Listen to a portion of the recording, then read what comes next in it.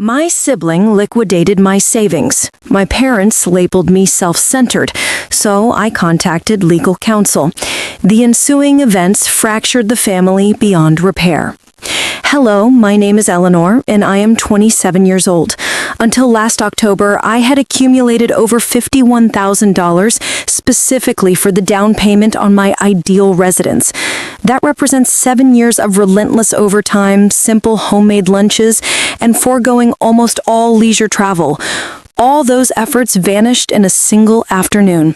My sister, Piper, simply walked into a banking branch, emptied the entirety of my fund, and sped away in a brand new Tesla. What was the most egregious aspect of this betrayal? When I rushed to my parents, my heart pounding with disbelief, they looked me squarely in the face and declared, "You're capable of saving it again. Piper's needs are greater than yours." I was utterly paralyzed and speechless. Growing up in the affluent suburbs of Chicago, it was always painfully clear who the family's favorite was. Piper, my younger sister by 4 years, possessed that effortless charm and striking beauty that commanded attention even in her early teens. I was the reserved one with dental aligners and heavy-rimmed glasses, perpetually trying to blend in. Meanwhile, Piper led the cheer squad with an entourage of admirers constantly trailing her. Our parents, Robert and Elizabeth Sterling, made no effort to hide their bias. When Piper made the honors list, there were grand celebrations, expensive presents, and lavish restaurant dinners. When I came home with straight A's, I'd receive a fleeting pat on the shoulder and the dismissive remark, "That's simply your duty, Elle." My father, a veteran high school basketball coach, was enamored with Piper's competitive spirit and vibrant personality. My mother, an interior designer, loved showcasing her stunning daughter during client meetings, claiming it accelerated sales. Early on, I understood that the only path to earning any form of recognition in our home was through exceptional responsibility, so I fully embraced that role. While Piper socialized and dated popular boys, I devoted myself to my studies, joined scholastic societies, and meticulously plotted my future. I wasn't pursuing validation anymore. I knew it wouldn't materialize. I was doing it because I realized no one would genuinely look out for me but myself. During my university years, the financial disparity became impossible to ignore. My parents fully funded Piper's tuition at a prestigious out-of-state private university where she switched concentrations 4 times before settling on photography. As for me, I attended the local public university on a partial academic grant, worked 25 hours a week at the campus bookstore, and took out sizable loans to cover the remainder. When I inquired why they wouldn't assist me equally, my father merely replied, "You're resourceful, Elle. You'll succeed regardless. Piper requires the additional support." Those words became the defining mantra of my existence. Piper requires it more. I graduated with a finance degree and $32,000 in student debt. Piper graduated debt-free, but with no immediate job prospects. So she moved back home, where my parents had converted the garage into what they affectionately dubbed her starter loft. I secured a position at a mid-sized investment firm in Chicago, leased a compact apartment with a friend, and established an aggressive budget that enabled me to eliminate my loans in 5 years instead of 12. While I was surviving on instant noodles and scrutinizing every expenditure, Piper launched her short-lived brand consulting venture, primarily reliant on my parents funding her to upload content to her social feeds. When that predictably collapsed, they purchased her an entirely new designer work wardrobe worth thousands and paid for a luxurious trip to the Caribbean to help her recharge. This dynamic persisted for years. Piper would accumulate credit card debt, our folks would bail her out, her aging compact vehicle was too embarrassing for professional appointments, so she needed a new one. They co-signed the purchase. Meanwhile, I was steadily advancing in my career, boosting my credit rating, and finally eliminating my college debt. 7 years ago, following a substantial promotion, I initiated a dedicated savings account exclusively for my future home. Every month, a portion of my salary was automatically transferred into it. I monitored mortgage rates, researched first-time buyer incentives, and calculated the precise timeline to accumulate sufficient funds for a deposit on a modest residence in a decent neighborhood. My sole supporter in the family was my Aunt Marilyn. Unlike my parents, she understood and respected my discipline. "Your sister may be receiving all the spotlight now," she advised me over coffee one Sunday afternoon, "but you are constructing a foundation that will endure. Financial self-sufficiency is the greatest empowerment you can achieve." Having grown up during the great 1930s Depression, she deeply valued self-reliance. Her counsel became my unwavering motivation whenever I was tempted to indulge in something unnecessary. Last year, things seemed to stabilize within my family unit. Piper had held a marketing position for nearly a year, her longest stretch of consistent employment ever. My parents even began to acknowledge my professional milestones, hosting a small gathering when I was promoted to senior portfolio analyst. For the first time in years, I felt we were approaching a normal family where all members were valued equally. That newfound tranquility, that delicate sense of normalcy, caused me to lower my guard. I began sharing more details about my life, including my excitement at finally reaching my down payment target. During a family dinner 4 months ago, I mentioned being close to having enough for the deposit and starting to actively browse properties. "That is wonderful, darling," my mother commented, sounding genuinely thrilled for me. My father raised his beverage in a toast, and Piper even asked to see some of the properties I was considering. I showed them photos of a comfortable 2-bedroom house in a quiet, established community and outlined my plans to gradually remodel the dated kitchen. They were all supportive, offering ideas and expressing their delight. For once, I felt genuinely seen and appreciated by my family. That fleeting moment of closeness made what followed exponentially more devastating. Last October, I scheduled a meeting with Marcus, a real estate agent recommended by a colleague. After years of envisioning, researching, and saving, I was finally prepared to make a formal offer on a charming home I had fallen for. A beautiful bungalow with a small fenced yard and a deep bay window perfect for reading. The night before our meeting, I decided to check my specialized savings account one last time to confirm the exact balance. I vividly recall every single detail of that instant. I sat at my dining table with my laptop open and a steaming mug of peppermint tea beside me. The room was silent, save for the low hum of the air conditioning.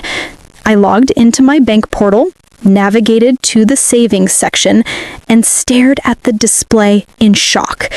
Where there should have been $50,891.45, the culmination of 7 years of sacrifice and discipline, there was only $1,980.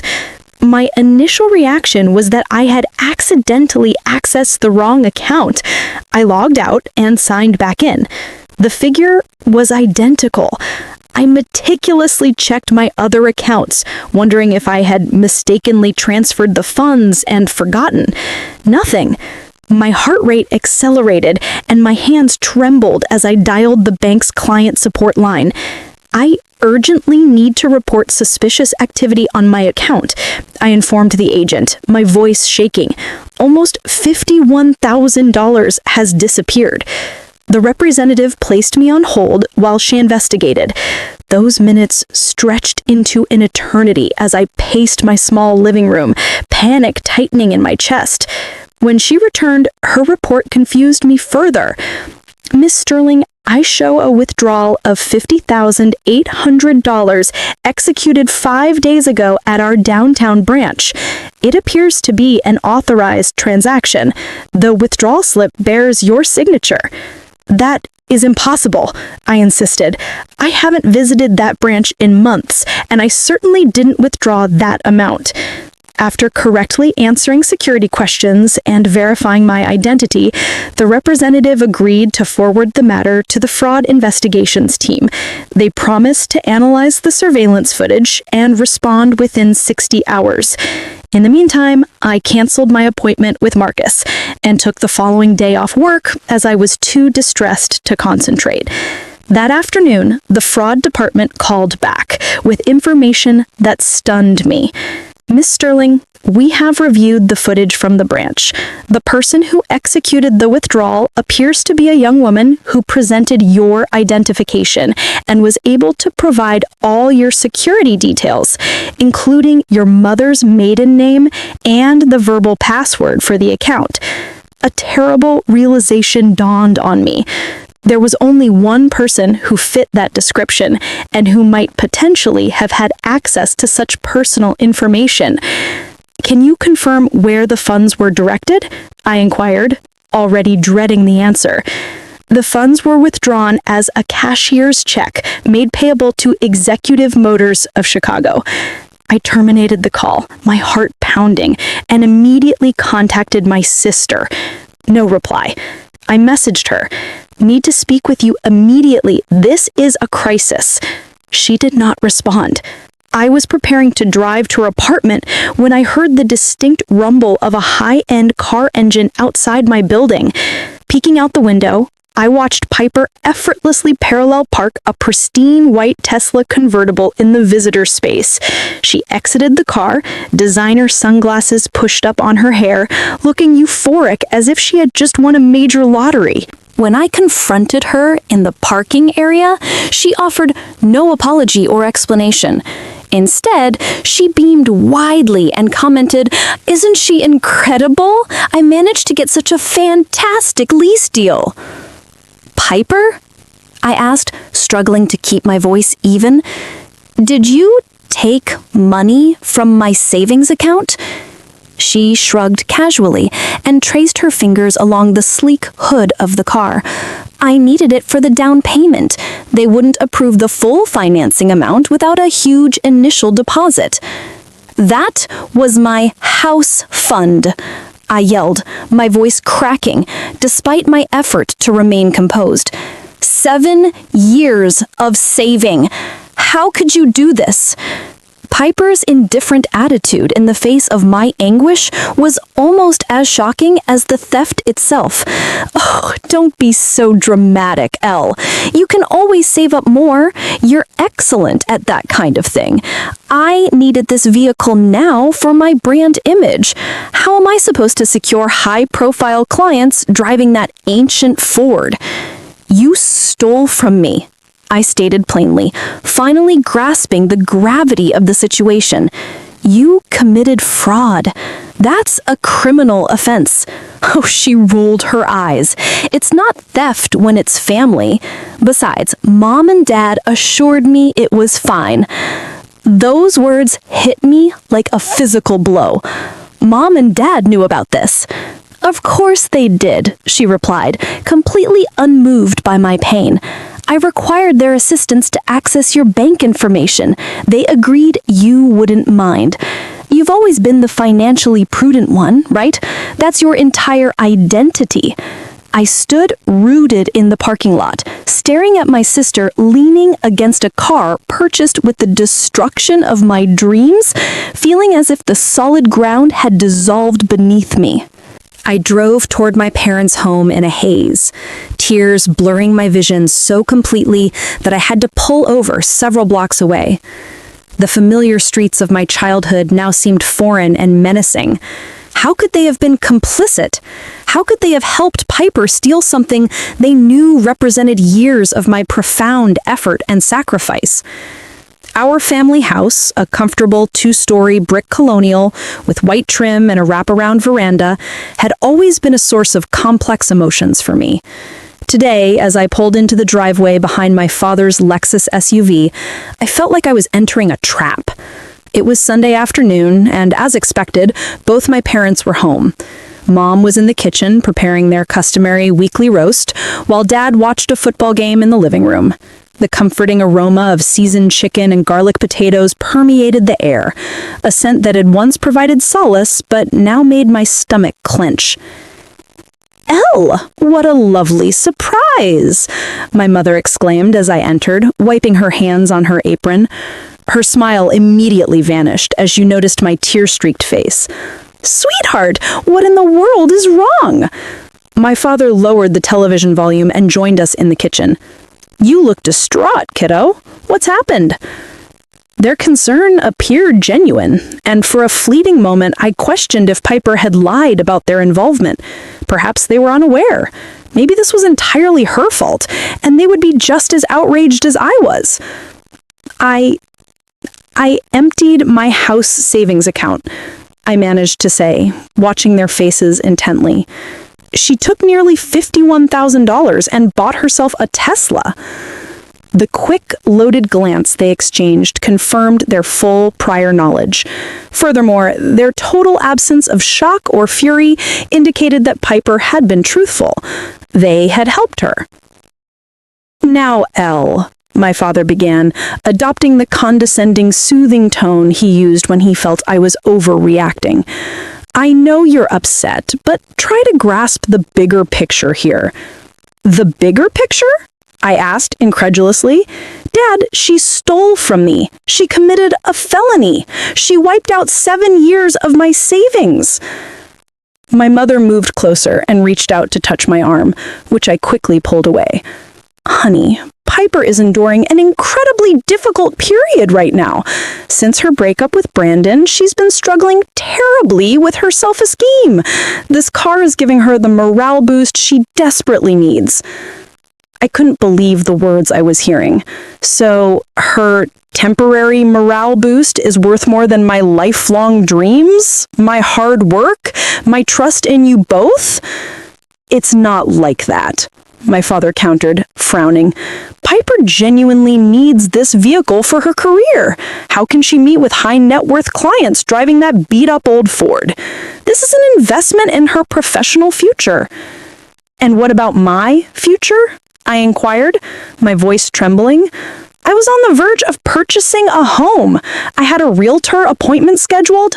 I've been saving for 7 years. You've always been responsible with money, Elle, my mother observed, as if that simple fact explained everything. You can save it again. You have a solid job, no debt. Piper is still finding her footing. Finding her footing? She's 27 years old. When does she become accountable for her own decisions? My father's expression hardened. That is enough, Eleanor. Your sister needed support, and we, as a family, provided it. You've always been the successful one. Would it truly kill you to make one sacrifice for once? The sheer injustice of his statement left me completely speechless. Make a sacrifice? What did he think I had been doing for my entire life? The front door opened, and Piper entered, keys dangling from her fingertips.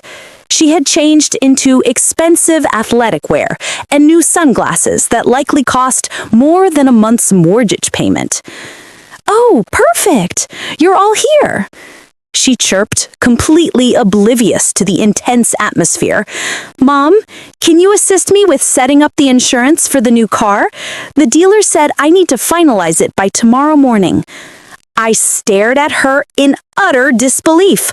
Are you serious right now?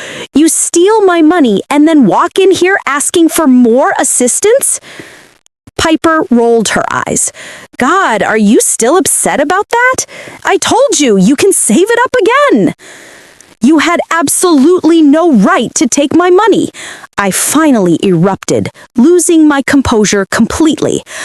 Eleanor, keep your voice down, my mother warned. The neighbors will hear you. I don't care who hears me. I want my money returned, Piper. All of it. No. Piper chuckled dismissively. Well, that's not going to happen. The car is already titled in my name. Besides, Mom and Dad agree I needed it more than you needed some house. I turned to my parents, clinging to the desperate hope that they would correct her and finally take my side.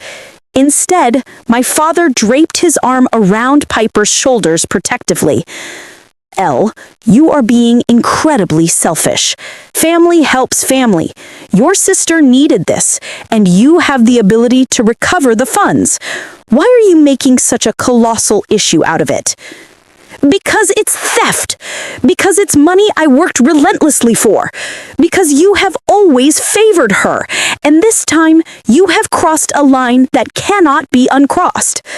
That is preposterous, my mother protested.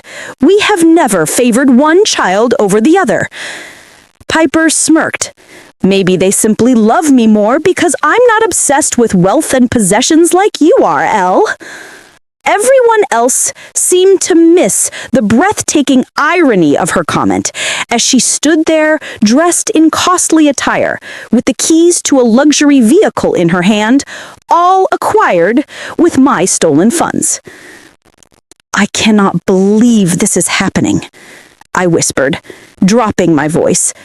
I cannot believe my own family would actively do this to me. Oh, stop being so overly dramatic, Piper said. It's just money. Just money. Just 7 years of sacrifice. Just the dream I had been working toward since university. Just my fundamental trust and faith in my family shattered beyond any hope of repair. I saw the three of them standing there, a united front against me, as it had always been, and realized there was absolutely nothing left to say. I turned and walked out the door, my mother calling after me, insisting that I was overreacting and that we needed to discuss this rationally.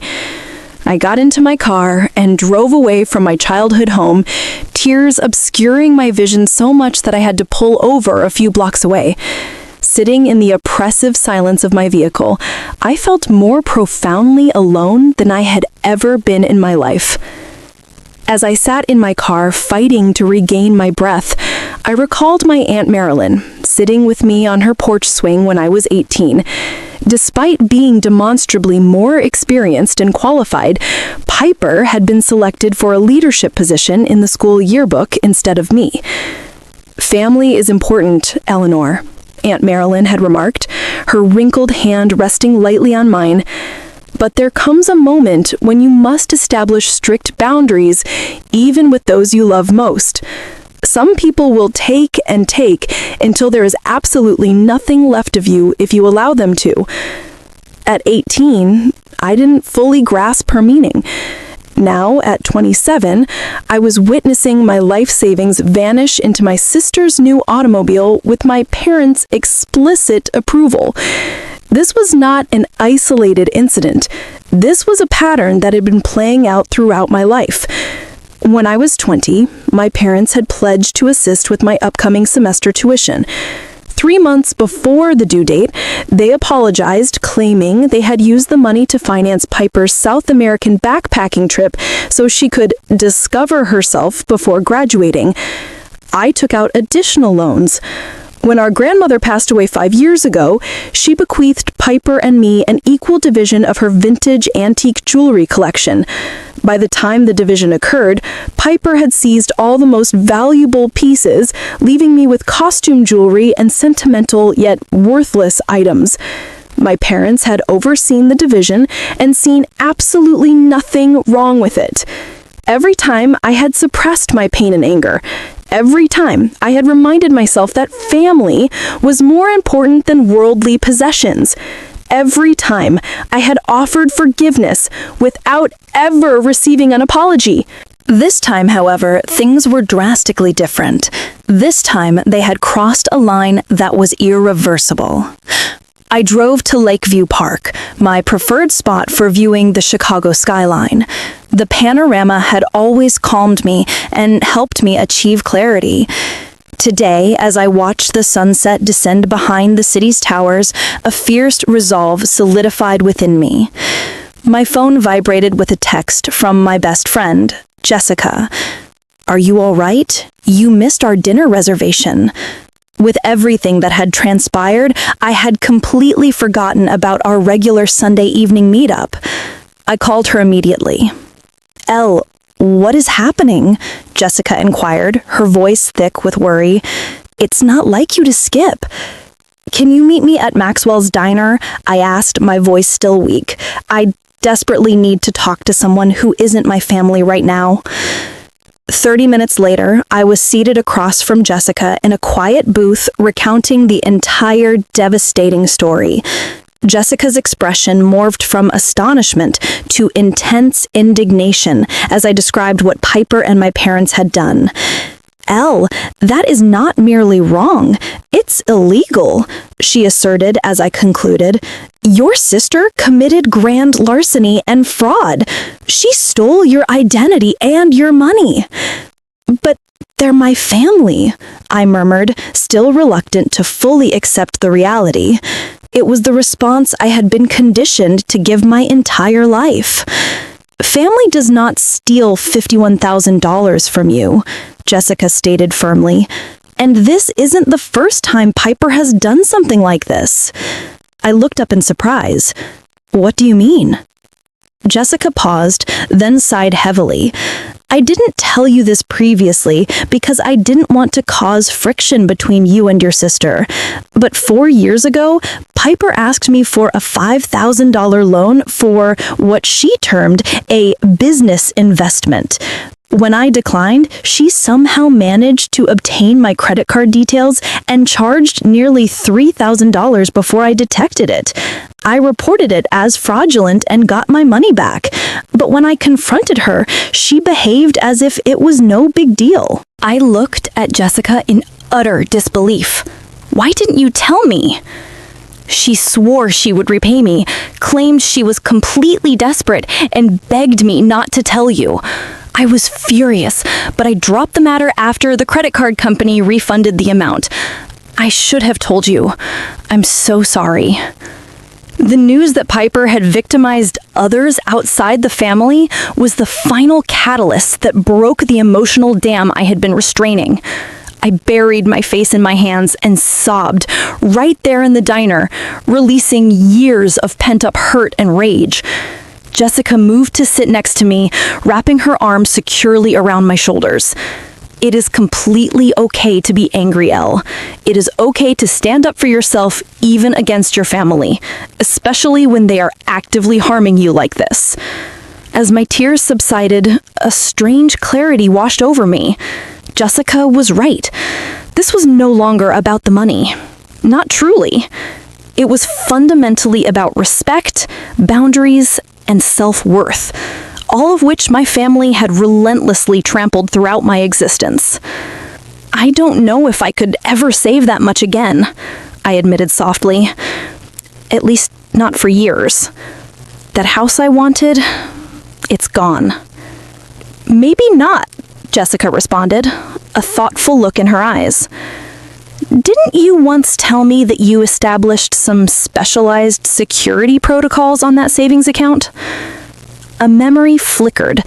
When I had initially set up the dedicated house savings account, I was concerned about online breaches.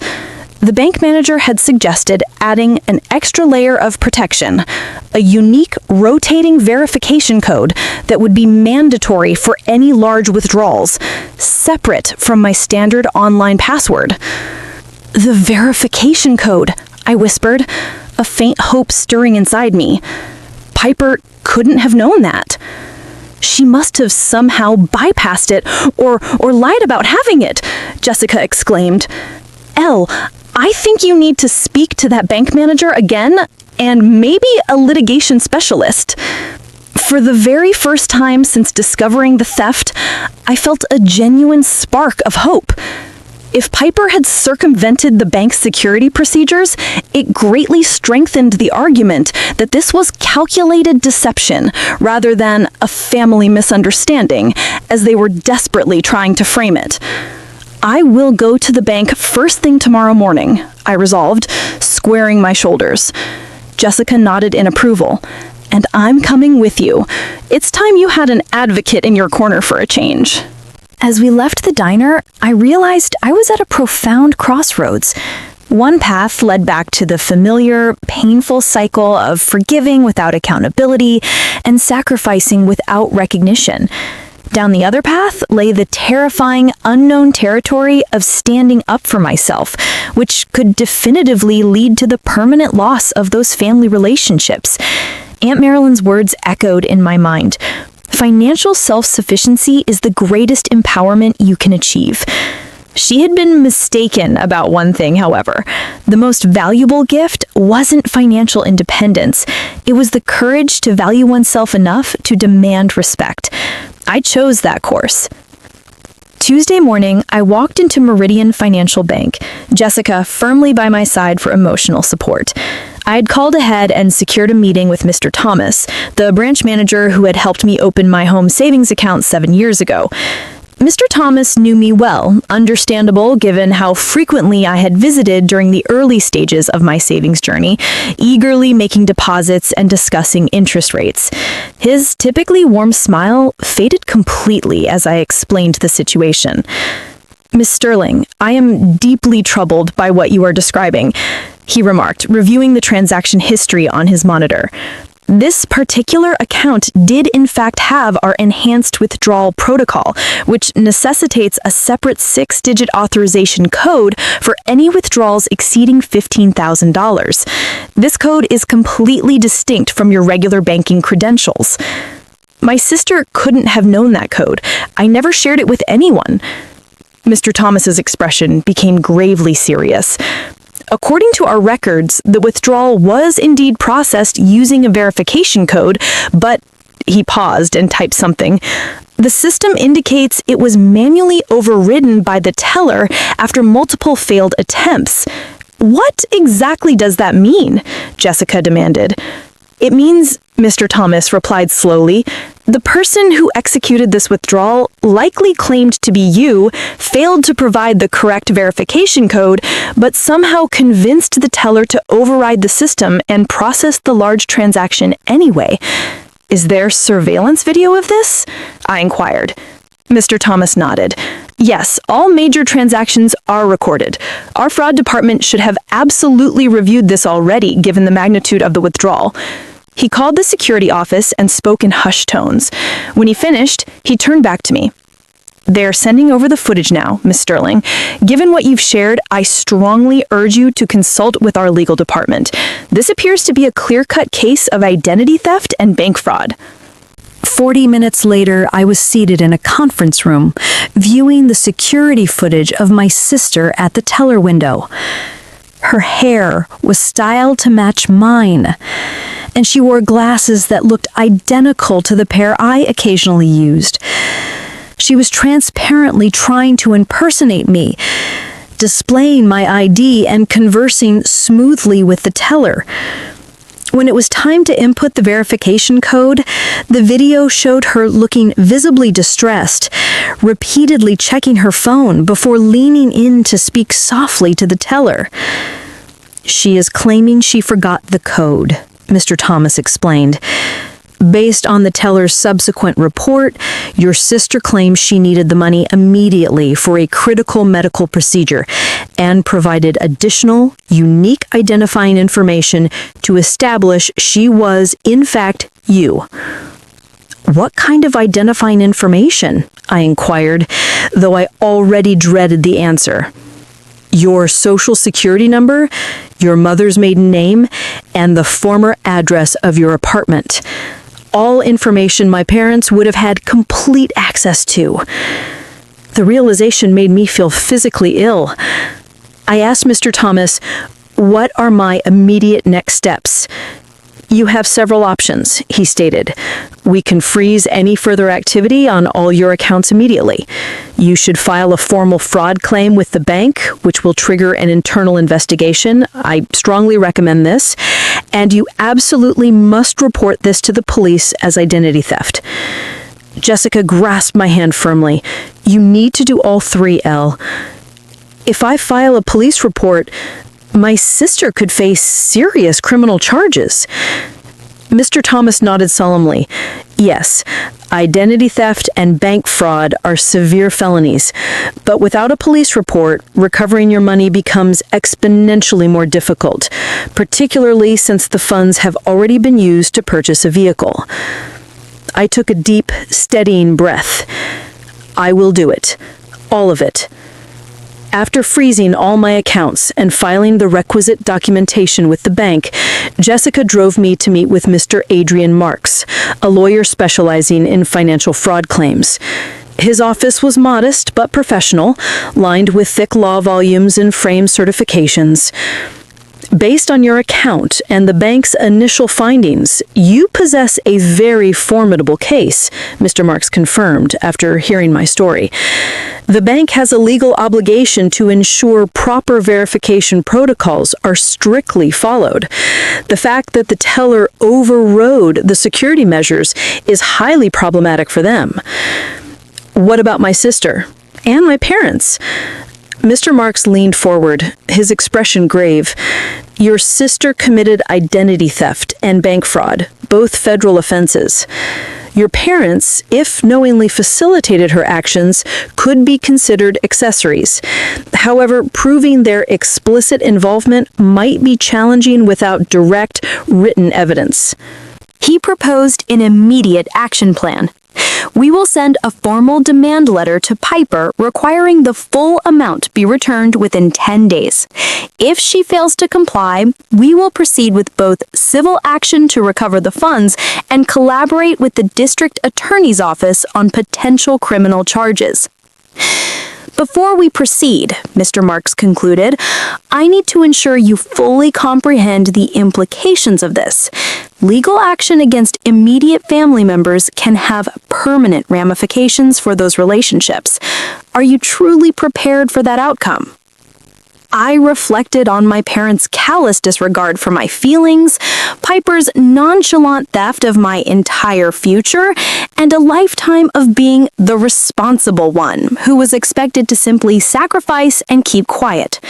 Yes, I answered confidently, I am prepared. Before officially filing the police report, I decided to give Piper one final opportunity. I texted her that evening. Piper, I've spoken with the bank and retained a lawyer. What you did is identity theft and felony fraud. I am giving you one last chance to return the entire sum you took from my account. If you fail to do so, I will file a police report and press criminal charges tomorrow morning. This is not a threat. It is the direct consequence of your own actions. She responded minutes later. Are you actually serious? You'd send your own sister to prison over money? Good luck with that. Mom and Dad would never let it happen. Her dismissive tone completely erased any lingering reservations I had. The following morning, I sat in the police station with Detective Riley, a patient woman who meticulously documented every aspect of my case. Regrettably, we encounter cases like this more often than people realize, she told me. Intrafamily financial fraud is surprisingly common and often goes unreported because victims feel guilty about getting family members in trouble. I've already given her a chance to rectify this, I informed her. That's more than most would do, Detective Riley replied. We will investigate this thoroughly. After the police report was filed, Mr. Marks issued the formal demand letter to Piper via certified mail, with copies strategically sent to my parents' address as well. I also called the dealership, where Piper had acquired the Tesla, and explained the situation to the finance manager. The vehicle was purchased using fraudulently obtained funds, Mr. Marks explained during a three-way call. Your dealership could potentially face legal complications if you fail to cooperate fully with the investigation and the recovery of those funds. The finance manager, understandably concerned, agreed to consult with their legal team and get back to us promptly. Throughout the entire process, my phone was besieged with messages and calls from my family. Piper's messages fluctuated wildly from mocking disbelief that I would pursue this over money to tearful pleas about how I was ruining her life. My mother's voicemails alternated between manipulative guilt trips and outright threats, while my father's messages were simply cold and furious, accusing me of being vindictive and selfish. After a while, I stopped reading them and gave my phone to Jessica, who expertly filtered the truly critical information from the torrent of familial emotional abuse. The emotional cost was immense. Despite knowing I was doing the right thing, years of conditioning had me constantly doubting myself. Was I truly overreacting? Was I being selfish? Should I just let it go for the sake of peace? Jessica and my coworker, Julia, became my indispensable support network, reminding me of the truth whenever the familial gaslighting caused me to question my sanity. Julia, who had endured similar family conflicts, connected me with Dr. Wallace, a therapist specializing in family trauma. What your family did wasn't just financially abusive, Eleanor. It was the culmination of a lifetime of emotional manipulation and scapegoating. Your reaction is not just about the money. It's about finally drawing a line and saying enough to the entire dynamic. 6 days after the certified letters were delivered, the dealership called. After consulting with their corporate legal department, they decided to cooperate fully with the investigation. They provided documentation proving that Piper had used a cashier's check from my bank to make a down payment of $50,800 on the Tesla, financing the remaining balance. That same day, the bank's internal fraud investigation concluded that the required verification standards had been deliberately ignored. They accepted liability and agreed to fully restore the entire sum to a brand new secured account. While the criminal case against Piper was still pending, the bank's decision felt like a powerful breakthrough in a very dark tunnel. The bank's decision to reimburse my funds was a colossal victory, but it was only the beginning of the consequences flowing from my decision to stand up for myself. Piper was served with the legal papers at her workplace, a location I hadn't specified, but which the process server deemed appropriate due to her refusal to provide her home address. She called me screaming immediately after the server departed, her voice so piercing that I had to hold the phone away from my ear. How dare you humiliate me like this in front of my whole office? Everyone saw. I could lose my job. You committed fraud, Piper, I said quietly. These are the consequences of your own actions. It's family money, she cried. You're being ridiculous. No, I earned and saved my own money, I corrected her. And now you have a chance to fix this before it gets exponentially worse. She hung up abruptly. Minutes later, my mother called. Eleanor Elizabeth Sterling, she began, using my full name as she always did when she was livid. I have never been more disappointed in you. Your sister is completely devastated. How could you send a process server to her place of employment? Do you have any idea what you have done to this family? I did not choose where they served her, Mom, I replied calmly. And yes, I know exactly what I am doing. I am finally standing up for myself after years of being exploited. That is the most selfish statement I have ever heard. Family helps family. Eleanor, your sister made a mistake. But why go to these extremes over money, involving lawyers and the police? What will people think? I no longer care what people think. I only care about what is right. My father's call was even chilling. Unlike Mom and Piper, he didn't shout, but instead spoke in a cold, measured, and utterly cutting tone. You have always been jealous of your sister, he remarked, but I genuinely never thought you would sink this low as to actively hurt her. If you proceed with this, you are no longer welcome in our family. His words wounded me more deeply than I wanted to admit, but I remained firm. I am sorry you feel that way, Dad. I love you, but I will not allow anyone to steal from me, not even my family. My Aunt Carol, my mother's sister, called to preach to me about forgiveness and unconditional family loyalty. Meanwhile, my Uncle David, my father's brother, astonished me with his unwavering support. "Your parents have consistently let Piper get away with murder," he grumbled. "It's about time someone held her accountable for once."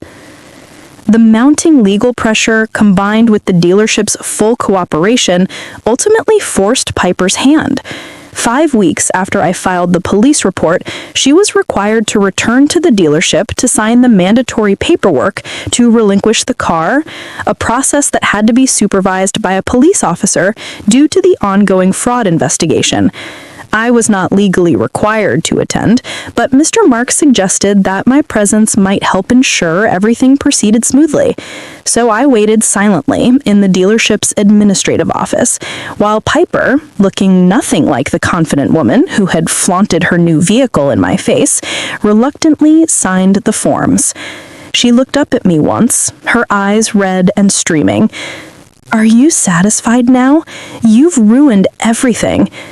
"This was entirely your choice, Piper. You could have requested a loan. You could have been honest. Instead, you stole from me." "It wasn't theft," she insisted, her voice trembling. "It was simply a misunderstanding.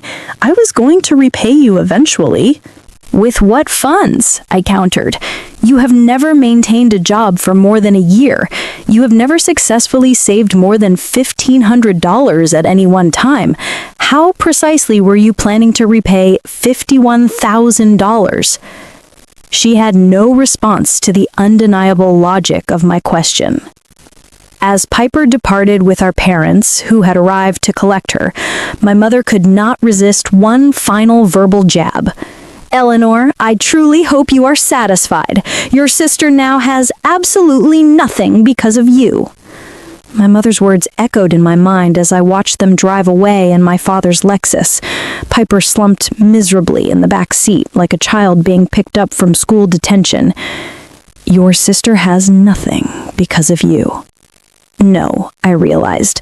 Piper has nothing because of her own destructive choices, and she still possesses more than most. Parents who will drop everything to rescue her, defend her even when she is blatantly wrong, provide her with shelter and financially support her without question. What did I possess? A restored bank account, certainly, but also a family that might never speak to me again. That thought weighed heavily on me as I drove home alone. Had I made the correct decision? Would the deep fracture in my family ever fully mend? My phone rang as I arrived at my apartment complex. It was a number I didn't recognize, and I answered hesitantly. "Eleanor? This is Mrs. Olson, a dear friend of your Aunt Marilyn's. I hope you don't mind my call. Your aunt gave me your number years ago specifically for an emergency." "Is everything all right?" I asked, immediately alarmed. "Yes, dear, but I heard about what happened through the family grapevine. Marilyn would have been so immensely proud of you. She had an almost identical issue with her own sister back in the 1970s. I sat in my car stunned. "She did?" "Oh, absolutely. Her sister once absconded with their father's savings bonds, which were meant to be divided equally between them. Marilyn was the only person who stood up to her sister. The family was deeply angry with her at the time, but years later, they all admitted she was right." My eyes welled up again, but this time not with pain. I had no idea. She never liked to talk about it. She once told me that standing up to her sister was the most difficult and yet the most rewarding thing she had ever done. It fundamentally transformed their relationship for the better. That conversation became an unexpected lifeline. During the agonizing weeks that followed, my parents maintained their complete freeze-out, refusing to communicate with me via messages or calls. Extended family gatherings were strained affairs, with relatives clearly choosing sides and whispering when I entered a room. Piper, confronted with the overwhelming bank evidence and the looming threat of criminal prosecution, eventually signed a settlement agreement to repay the additional costs I had incurred: legal fees, lost interest, and the substantial emotional distress compensation Mr. Marks had insisted on including. She would make fixed payments over 8 years, secured by a formal court judgment that would severely impact her credit if she defaulted. The hardest moment occurred when I received a text from my mother. "We are hosting Thanksgiving dinner at 4 p.m., and Piper will be here. If you are still insisting on this ridiculous lawsuit, please do not bother to come. We want a peaceful holiday." Despite the fact that it was the first major family holiday I had ever missed, the exclusion stung terribly. Jessica immediately invited me to her family's Thanksgiving celebration instead. "My mom already adores you from all my stories," she said reassuringly, "and my brother is desperate to meet the badass who stood up to her embezzling sister." I accepted, grateful, but still nursing the profound hurt of being barred from my own family table. 10 months had passed. Spring had returned, bringing not only fresh foliage, but also significant new beginnings in my life.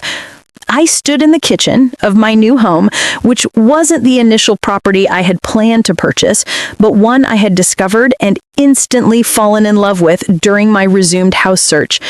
It was smaller than my original dream home, a quaint 2-bedroom condo with a small balcony, but it was unconditionally mine. The bank settlement restored my entire fund, and Piper's early restitution payments had left me with more than enough for the down payment and closing costs. As I unpacked glassware into my new cabinets, I reflected on how profoundly everything had shifted since that fateful day when I discovered my money was gone. Piper's most surprising change had been the direct consequence of her actions, nearly facing criminal charges, losing her job when the news circulated at her office, and being forced to move back in with our parents, which had finally compelled her to face her conduct in ways nothing else had. 4 months after the car was returned, she contacted me, asking if we could meet. I suggested a public spot, still deeply skeptical of her motives. We sat in a small coffee shop, an uncomfortable silence hanging between us, until she finally broke it. "I've been attending these financial responsibility seminars. It's technically part of the settlement agreement, but they are genuinely helping. I had no idea how completely flawed my financial thinking was." I remained silent, waiting for her to continue. "The counselor says I've been using lavish spending as a way to feel better about myself, and that I've been enabled by mom and dad my entire life." She looked up at me, perhaps for the very first time with genuine clarity, "and that I've been incredibly unfair to you." It wasn't a perfect cinematic apology, but it was the most significant moment of self-awareness I had ever witnessed from her. "I'm currently working at a call center. It's not glamorous, but it's consistent. I have a roommate now, and I'm sticking to a strict budget for the first time in my life." By our second meeting, she had finally delivered a real, unprompted apology. "I'm genuinely sorry, Elle. What I did was inexcusable, truly wrong. I can't undo the past, but I am trying hard to be better. Our relationship was far from repaired, but it was a crucial starting point. My parents took longer to come around, maintaining a cold front of cold disappointment and resentment until Mrs. Olson, Aunt Marilyn's friend, intervened. She invited them to lunch without informing them that I would also be there, and mediated a difficult but absolutely vital discussion. "You have consistently applied 2 different standards for your daughters," she frankly reminded them. "Marilyn noticed it, I observed it, everyone saw it. Eleanor spent her whole life being penalized for being responsible, while Piper was rewarded for being reckless." My mother attempted to argue, but Mrs. Olson firmly cut her off. "Elizabeth, recall how Robert's father gave each of you seed money to start your lives? How would you have felt if Robert's sister had simply seized your portion and his parents had told you to just earn it back? That single question struck a deep nerve with my mother, who, perhaps for the first time, fully contemplated how their actions appeared from my perspective. My mother eventually sent me a thoughtful houseplant with a card that simply read, "Congratulations, love, Mom and Dad." By the time I closed on my house, we had reached a tentative, fragile truce. We began with short, awkward phone calls that slowly grew more comfortable. My suggestion was family therapy, and to my complete astonishment, they agreed. Our first session had been tense, with my father still resistant to the idea that they had consciously favored Piper. But by the end of the session, the skilled therapist, Dr. Henderson, had helped us all recognize deep-seated family patterns we hadn't fully acknowledged before. Families often unconsciously assign rigid roles to children, Dr. Henderson explained. Eleanor became the responsible one, making it tragically easy to take her for granted. Piper became the one who needs help, making it easy to rationalize her destructive behavior. These insights did not instantaneously erase decades of deep-seated pain, but they did provide us with a shared language to discuss what had occurred and why. On a beautiful Saturday in June, as I was arranging my new kitchen, the doorbell rang. When I opened it, I found my parents standing awkwardly on my front porch, my mother holding a steaming casserole dish. "We brought lunch," she offered tentatively, "if that's acceptable." I paused for a moment before stepping aside to welcome them in. "I was just starting to unpack the kitchen," I admitted. "It's a complete mess." "We can assist," my father said, gruff but serious. As we worked together, unpacking heavy boxes and organizing supplies, our conversation was reserved, yet no longer cold. They complimented the house, inquired about my new neighborhood, and even acknowledged Piper's small advancements at her new job. "She's still attending those financial literacy classes," my mom told me proudly. "She says they're profoundly changing how she views everything." "That is genuinely good news," I said, and I truly meant it. After lunch, as we sat on temporary folding chairs in my partially furnished living room, my father cleared his throat. "Elle, I owe you an apology. What we did, what we'd been doing for years, was simply not right." The words I had long since given up hope of hearing hung suspended in the air between us. "We were wrong," my mother said gently, tears welling in her eyes. "We should have supported you just as much as we supported Piper. I'm sorry it required something so terrible for us to realize that." Their apology was imperfect, and it certainly did not erase the pain of a lifetime, but it was a start. A genuine, honest start. 1 month later, I hosted my very first dinner party in my new home. Jessica and Julia, of course, came, as did Piper, who proudly brought a bottle of wine she had actually saved up to purchase. My parents arrived with a dessert, and Aunt Marilyn's friend, Mrs. Olson, joined us as well, bringing heartwarming stories about my aunt that made us all laugh and cry. As I looked around my table at this patchwork of relationships, some old, some new, some deeply healing, and some fundamentally transformed, I realized that I had gained something immeasurably more valuable than the money I had recovered. I had gained self-respect and strong, non-negotiable boundaries that, for the first time, my family might finally be learning to genuinely respect. Standing up for myself, just as Aunt Marilyn had bravely done before me, had been both the most difficult and the most profoundly rewarding thing I had ever undertaken.